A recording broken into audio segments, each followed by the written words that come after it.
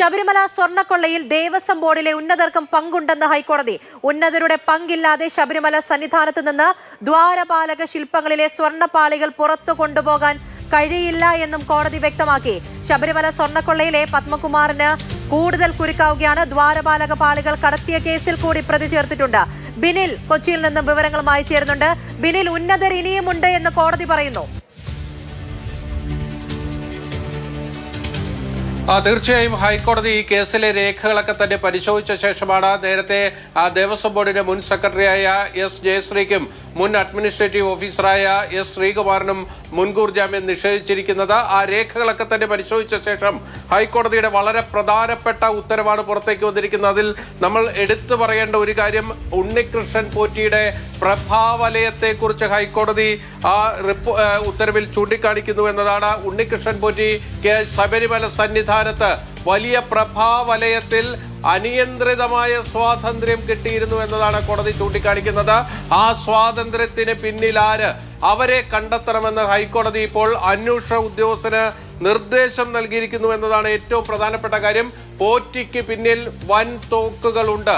ആ വൻ തോക്കുകളെ വിട്ടുകളയാൻ പാടില്ല. ഇപ്പോൾ പ്രതി ചേർത്തിരിക്കുന്നവർക്കും പുറത്ത് അവർക്കും മുകളിൽ ആളുകളുണ്ട് എന്നാണ് ജസ്റ്റിസ് എ ബദറുദ്ദീൻ ഈ ഉത്തരവിലൂടെ വ്യക്തമാക്കുന്നത്.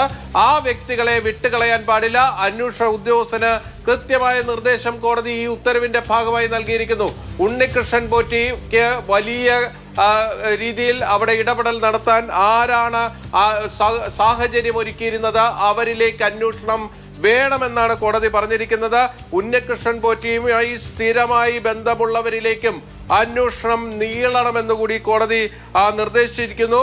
ഇതിൽ ഏറ്റവും പ്രധാനപ്പെട്ട കാര്യം, ഉണ്ണികൃഷ്ണൻ പോറ്റിക്ക് ഇവരുടെ കൂടി പിന്തുണ ഇല്ലാതെ വലിയ സ്വർണ്ണക്കൊള്ള നടത്താൻ കഴിയില്ല.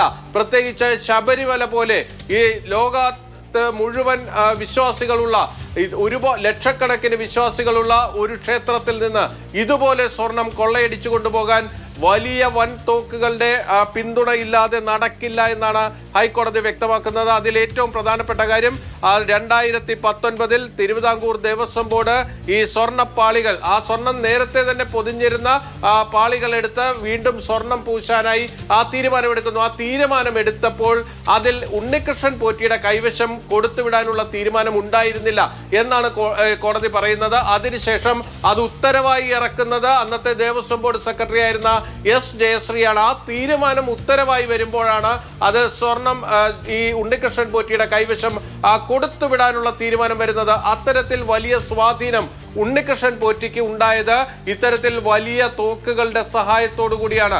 അതുകൊണ്ട് തന്നെ ഇപ്പോൾ പ്രതിയായിരിക്കുന്നവരൊന്നുമല്ല, അതിനും മുകളിൽ ആളുണ്ട്. അവരെ പിടിച്ചുകൊണ്ടുവരൂ എന്നതാണ് ഇപ്പോൾ കോടതി അന്വേഷണ ഉദ്യോഗസ്ഥനായ എസ് ശശിധരനോട് പറഞ്ഞിരിക്കുന്നത്. ഇതിന്റെ അടുത്ത ഘട്ടം എന്താണ് എന്നുള്ളതാണ് പൊതുസമൂഹം ചോദിച്ചത്. ശരിയാണ്, കോടതി നടപടികൾ, ഇവരുടെ അറസ്റ്റ് കോടതി നടപടികളുമായി ബന്ധപ്പെട്ടുള്ള വാർത്തകളാണ് ഈ അടുത്തിടയ്ക്ക് വരെ നമ്മൾ കൊടുത്തുകൊണ്ടിരിക്കുന്നത്. അപ്പോഴാണ് കഴിഞ്ഞ ദിവസം റിപ്പോർട്ട് കോടതിയിൽ എത്തുന്നു. ഇപ്പോൾ കോടതിയുടെ ഗുരുതരമായ പരാമർശങ്ങൾ വരുന്നു. അതായത് അന്വേഷണ സംഘത്തിന്റെ അടുത്ത ഘട്ടം അതിലേക്ക് കടക്കുകയാണല്ലേ, അതും ഏറെ പ്രധാനപ്പെട്ടതാണ്. ഇവർക്ക് മുകളിൽ ആര് എന്നുള്ള ചോദ്യമാണ് നിലനിൽക്കുന്നതല്ലേ? തീർച്ചയായും നമ്മൾ മനസ്സിലാക്കുന്നത്, തിരുവിതാംകൂർ ദേവസ്വം ബോർഡിന്റെ 2 പ്രസിഡന്റുമാർ ഇപ്പോൾ ജയിലിലാണ്. എൻ വാസുവും എ പത്മകുമാറും. ഈ കേസിൽ പ്രതിയേർത്തിരിക്കുന്നവർക്കും മുകളിൽ ആളുണ്ട് എന്നാണ് ഹൈക്കോടതി ഇപ്പോൾ പറയുന്നത്. അല്ലാതെ ഈ വലിയ പ്രഭാവലയത്തോടുകൂടി ഉണ്ണികൃഷ്ണൻ പോറ്റിക്ക് അനിയന്ത്രിതമായ സ്വാതന്ത്ര്യത്തോടുകൂടി ശബരിമല സന്നിധാനത്ത് ഇതുപോലെ വിലസാൻ കഴിയില്ല എന്നാണ് കോടതി വ്യക്തമാക്കുന്നത്.